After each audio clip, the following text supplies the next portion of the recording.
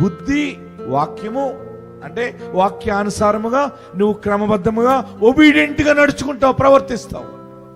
జ్ఞానవాక్యము, వాక్యము నీలో ఉంటుంది కనుక నువ్వు జ్ఞానముగా మాట్లాడి జ్ఞానము ద్వారా సంపద సమకూర్చుకుంటావు, జ్ఞానము ద్వారా కుటుంబాన్ని సెట్ చేసుకుంటావు, జ్ఞానము ద్వారా దైవానికి దగ్గరగా ఉంటావు.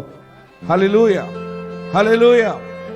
బుద్ధివాక్యము, జ్ఞానవాక్యము, తర్వాత విశ్వాసం.